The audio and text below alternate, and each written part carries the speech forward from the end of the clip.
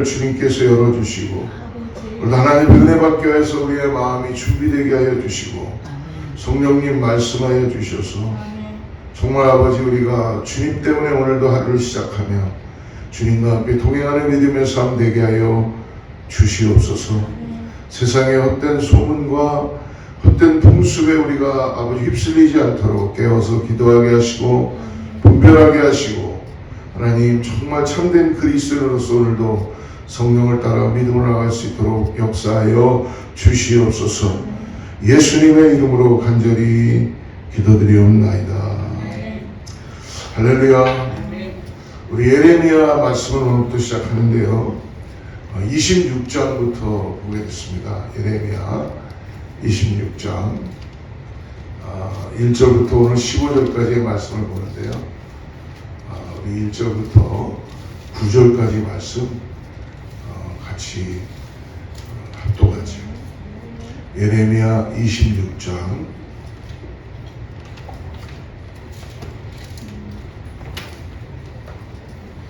구약의 1091페이지 예레미야 26장 1절에서 9절까지만 말씀을 우리 합독하겠습니다.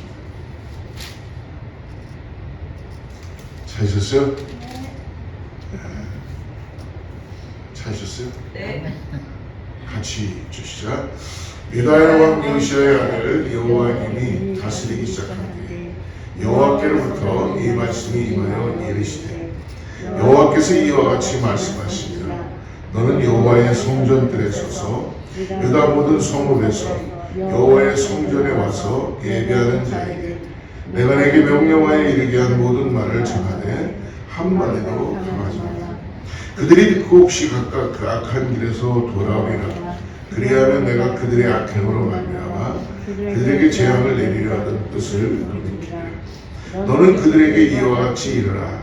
여호와의 말씀에 너희가 나를 순종하지 아니하며 내가 너희 앞에 둔 내 율법을 행하지 아니하며 내가 너희에게 나의 종 선지자들을 꾸준히 보내 그들의 말을 순종하라고 하였으나 너희는 순종하지 아니하였느니라. 내가 이 성전을 실로같이 되게 하고 이 성을 세계 모든 민족의 저주거리가 되게 하리라 하셨느니라. 예레미야가 여호와의 성전에서 이 말을 하매 제사장들과 선지자들과 모든 백성이 듣더라.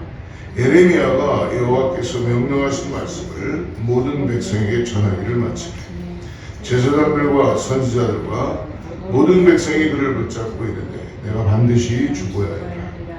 어찌하여 내가 여호와의 이름을 의지하고 예언하여 이르기를 이 성전이 실로같이 되겠고 이 성이 황폐하여 주민이 없으리라 하느냐 하며 그 모든 백성이 여호와의 성전에서 예레미야를 향하여 모여드니라. 아멘.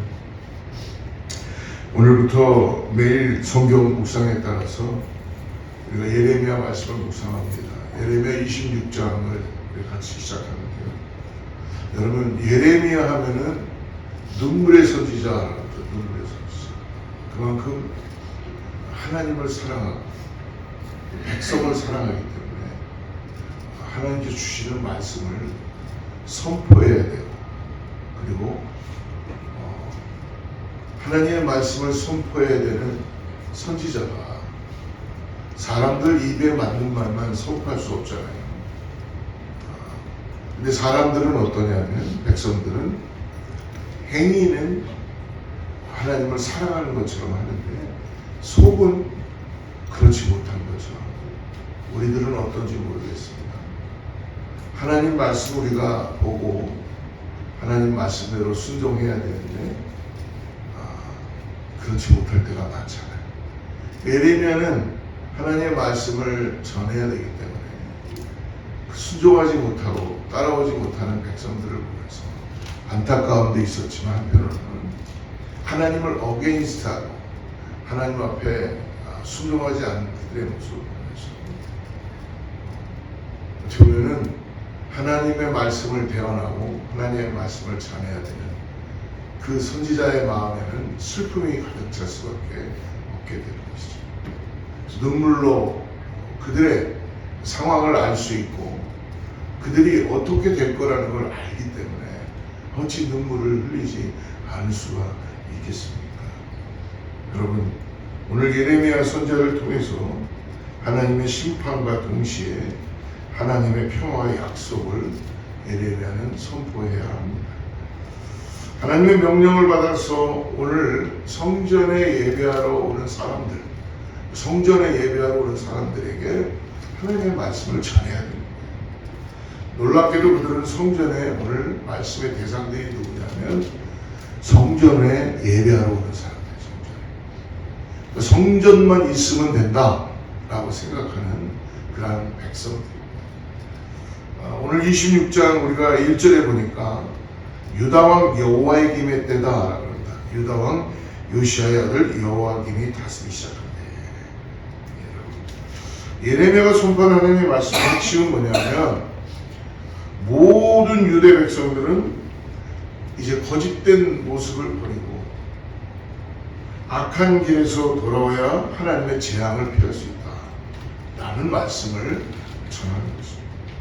하지만 하나님의 말씀을 듣고도 유대 백성들은 회개하지 않고 오히려 예레미야를 자기들의 뜻과 맞지 않고 죽이려 하는 것이죠. 성전에는 백성들만 있었던 것이 아니고 제사장들 그리고 선지자들, 관원들도 함께 다 모이게 되었습니다. 예레미야는 성전이 실로같이 될 것이고 성은 황폐하여 하나님 앞에 순종하지 않으냐, 하나님 뜻 가운데 돌이키지 않으면 주민이 없게 되며 세계 모든 민족의 저주거리가 될 것이다.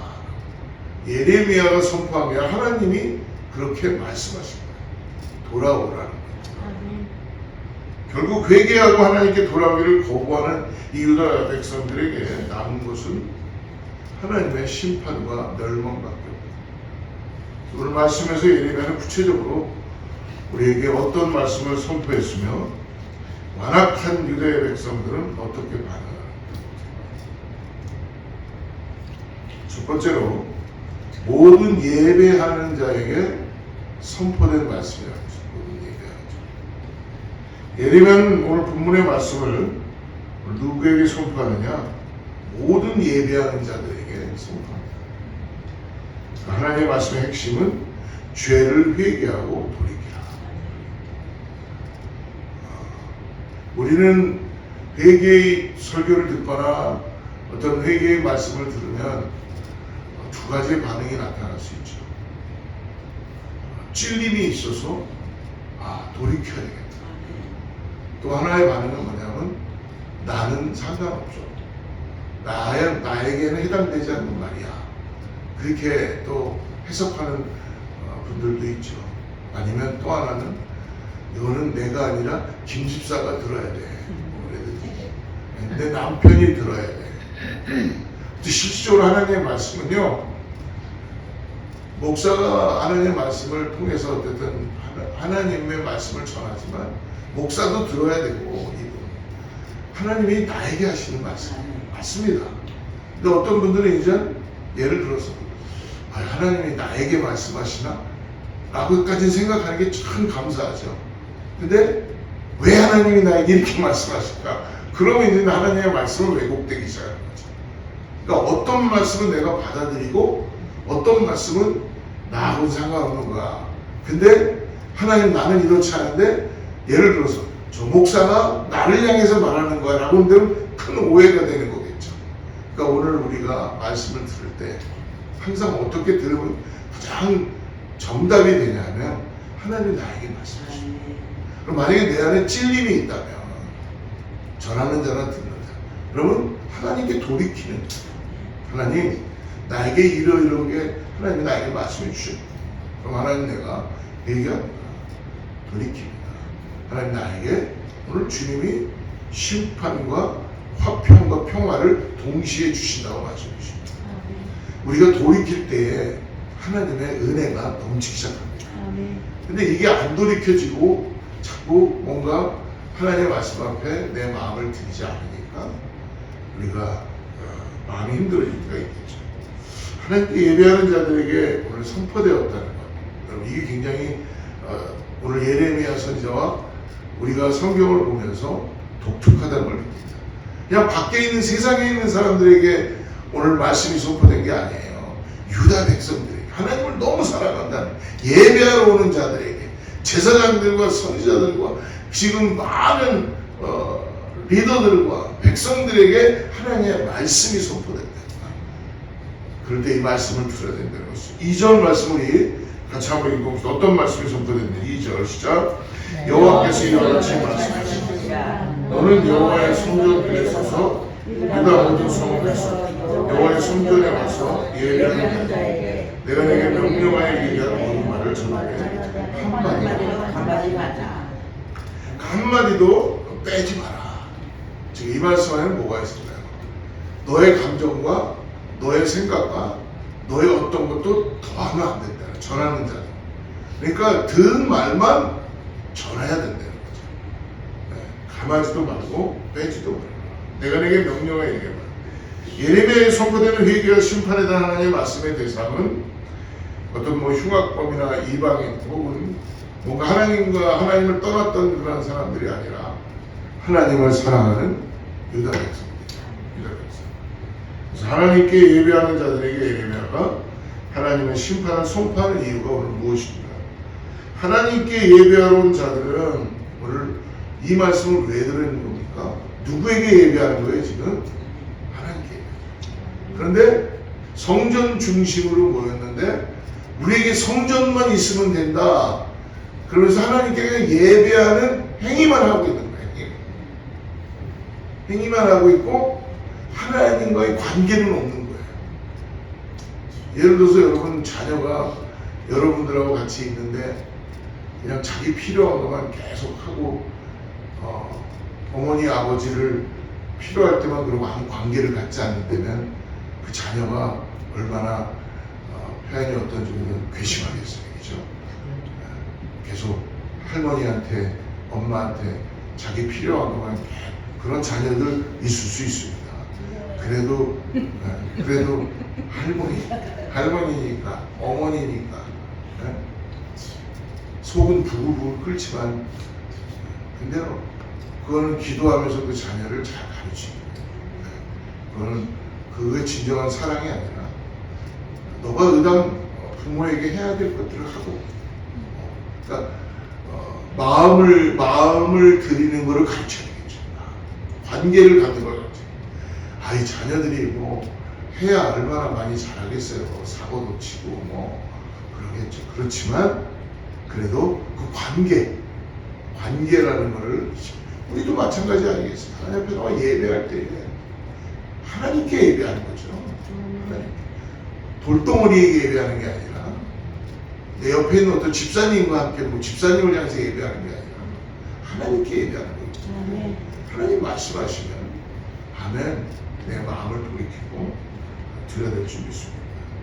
근데 예수님도 말씀하시죠. 이러한 사람들을 향해서 예배를 하나님께 온전히 드리지 못하는 사람 바리새인과 서기관들을 향해서 뭐라고 했습니까? 이 외식하는 자들아. 외식하는 자들. 참 예수님 대단하세요. 외식하는 자들. 하나님의 말씀을 들어야 하는 사람은 여러분 이 세상의 모든 사람들이 다 들어야 돼요. 누구는 들어야 되고 누구는 듣지 않아야 되고 아니라 예외가 없다는 것입니다. 이 새벽에 나온 우리가 주의 말씀을 들어야 하며 또 우리 삶의 분주한 삶을 살아갈 때에 어디서 하나님의 말씀이 들려올지 모르기 때문에 우리는 항상 마음을 열어서 들어야 될 줄 믿습니다. 믿지 않고 멸망을 향해 가는 사람들도 주의 말씀을 들어야 됩니다. 그렇다면 우리가 벌써 말씀을 들었다면 저들이 어떻게 말씀을 들을 수 있을까요? 들어야지 전하잖아요. 할렐루야. 내가 들어야지 은혜를 받아야지 제대로 된 전도가 되지. 전도도 그런 것 같아요. 그냥 내가 하고 싶어서 전도하면 안 되고 그냥 내가 뭔가 기도하니까 이제 전도해야 되겠다. 또 어떤 분은 전도해야 되는 사명을 가진 분도 있어요. 근데 그것보다 더 중요한 건 내가 은혜를 받고 하나님께 은혜를 받고 그 사람의 삶을 돌아다 보면 정말 존중되고 따라가고 싶고 그러면 자동으로 전도가 될 줄 믿습니다. 근데 전도만 하면 어떻게 되냐면 나중에는 은혜가 없이 전도만 하면 그 전도된 대상이 하나님의 은혜를 같이 나눌 수가 없어요. 공유할 수가. 그렇기 때문에 항상 하나님의 은혜를 받고 하나님의 말씀으로 나가야 될 줄 믿습니다. 두 번째로 오늘 어떤 대상입니까? 악한 길에서 돌아오라고 하나님이 선포된 말씀이에요. 3절 우리 같이 한번 읽어보겠습니다. 3절 시작. 그들이 듣고 혹시 각각 악한 길에서 돌아오리라. 그러면 내가 그들 앞에 오르면 아멘. 그들이 듣고 혹시 각각 그 악한 길을 돌아오리라. 그리하면 내가 그들의 악행으로 말미암아 그들에게 재앙을 내리라는 뜻을 돌이키리라. 성경은 말씀하고 있습니다. 악한 길이 있고 선한 길이 있다고 말씀해 주세요. 근데 세상 사람들은 내가 하고 있는 일이나 내가 가고 있는 길이 악한 길이라고 절대 생각하지 않아요. 근데 여러분 주님은 말씀해 주십니다. 악한 길이 있다고 말씀해 주시죠. 근데 그 악한 길에서 어떻게 돌이켜야 됩니까? 주님께로 돌이켜야 됩니다. 주님께. 여러분 우리는 구원받고 이 땅을 살아가지만 주님이 없으면 우리는 선한 것을 맺힐 수가 없습니다. 우리 주일날도 나눴지만. 그래서 성령 하나님이 우리와 함께 하셔서 오늘도 우리를 인도해 가시는 거예요. 보혜사가 되셔서 선생님이 되셔서 우리를 인도해 가실 때 우리 순종하고 따라가는 것이죠. 오늘 하나님께서는 예배하기 위해서 성전까지 찾아온 유대인들에게 오늘 악한 길에서 돌아오라. 오늘도 말씀해 주시고 있습니다. 어저께 어떤 분하고 식사를 같이 하게 됐는데 그분이 이런 말씀을 하시더라고요. 신앙생활도 오래 하셨는데 몸에 불편함이 왔습니다. 그래서 어쨌든 치료를 받고 건강해지시는 모습으로 이제 가는 그 챕터 가운데 있는데 목사님 조금 뭔가가 있긴 있나 봐요. 그러시더라고요. 자기 몸이 좀 이렇게 생각지 못했던 그런 일들이 벌어져요. 전혀 건강했던 분이었는데요. 근데 이제 또 고침을 받고 뭔가 회복되는 과정. 그러니까 뭔가가 있기는 있나 봐요. 뭔가 내가 몰랐던 뭔가 다른 뭐가 있긴 있나 봐요. 라고 말씀하실 때 제가 아무 말씀을 안 드렸지만 예, 계시죠. 라고 속으로 그렇게 이야기했습니다. 여러분 우리가 아무 일도 일어나지 않을 때 우리는 잘 모릅니다. 근데 우리의 삶에 위기가 놓여있을 때, 우리의 삶에 내가 해결할 수 없는 상황에 놓여있을 때 우리는 더 믿음의 전진을 할 수 있다는 것을 여러분 꼭 믿으시기 바랍니다. 하나님은 우리를 어떤 상황에서도 우리를 만나시고 하나님이 어떠한 분인지를 가르쳐 주시는 줄을 믿습니다. 그러므로 오늘 하나님께서 예레미야를 통하여 겉과 속이 다른 사람들을 향하여서 온전한 마음과 진실한 마음으로 하나님께 예배하라라고 경고하고 있습니다. 저는 한 가지 믿는 게 있어요. 예배만 하나님께 잘 드려도 복 받아요. 정말. 진짜예요. 네. 예배만 잘 드린다는 표현이 뭐냐면 내가 예배를 통해 전심을 하나님께 나의 마음을 드리면 정말 하나님께서 미쁘시고 의로우사 나의 삶을 고루 다 복을 내려주시고 정리를 해주시는 것을 저는 경험합니다. 그렇기 때문에 여러분 우리가 하나님께 할 수 있는 게 뭐겠어요? 그렇다고 우리가 하나님 앞에 나가서 하나님 내가 이거 하나님 일을 대신해 드릴게요. 하나님 다 하실 수 있는 분이에요. 우리를 받기를 원하시는 거죠. 우리의 예배를 받기를 원하시는 하나님을 높여드리고 하나님 앞에 나아가는 거예요. 사랑하는 성도 여러분, 일단 우리의 예배와 우리의 삶은 어떻습니까? 우리가 드리는 주일 예배, 또 우리가 매일 삶으로 드리는 예배는 우리가 오직 하나님께만 영광을 돌려드리는 온전한 예배가 되어야 될 줄 믿습니다. 하나님께서 오늘 우리에게 원하시는 예배는 우리의 몸과 삶을 하나님이 기뻐하시는 거룩한 산제물로 드리는 예배되게 하여 주시옵소서. 다시 말씀드려서 기도하는 가운데 하나님의 말씀 앞에 순종하며 살아가는 삶이 곧 하나님이 기뻐하시는 예배라는 것입니다. 오늘 하루 사랑하는 성도 여러분, 정직하고 성실하게 주님의 말씀을 따라 살아가는 것, 하나님이 기뻐하시는 삶, 하나님께 영광 돌리는 온전한 예배자가 모두 다 되시기를 주로 축복합니다. 이런 예레미야를 오늘 백성들이 어떻게 하고 있어요? 제사장들이나 선지자들은 8절 한번 보십시오. 8절 같이 읽으시죠. 예레미야가 여호와께 명령하신 말씀을 모든 백성이 전하여 제사장들과 선지자들과 모든 백성이 그를 붙잡되 내가 반드시 하나님의 말씀을 잘 전했으면 돌이켜야 되잖아요. 근데 어떻게 해요? 죽이려고 그러지. 심판과 재앙을 경고하시며 하나님께 온전한 마음으로 예배드리고 선한 예레미야를 향해서 성전에 모인 제사장들과 유대인들의 반응은 우리와 뜻이 같지 않다는 거지. 온갖 프레임을 씌워서 지금 죽이려고 한다는 거지. 아무리 하나님의 생명의 말씀이 선포되어도 여러분 들을 귀가 없고 마음이 닫힌 사람들은 그 말씀들을 받아들이지 못합니다.